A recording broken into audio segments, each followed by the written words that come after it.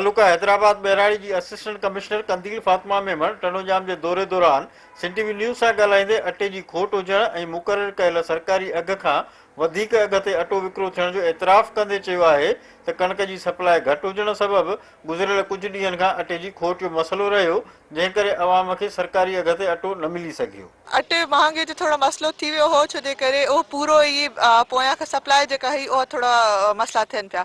ख़ैर उन सां जेको आहे डीसी साहब कल्ह मीटिंग करे छॾी आहे। हाणे अटो त तव्हांखे जेको आहे सही सुठी मक़दार में सही रेट ते मिली वेंदो।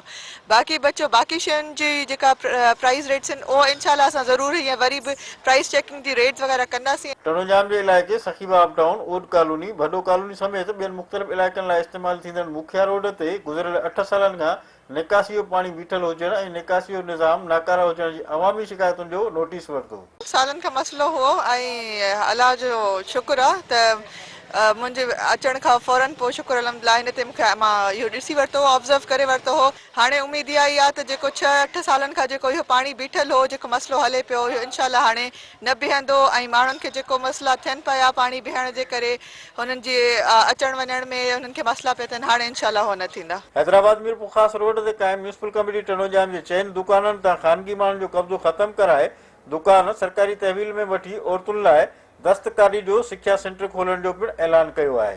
कैमरामैन फराज शेख सां गॾु औरंगज़ेब भुट्टो, सिंध टीवी न्यूज़ टनोजाम।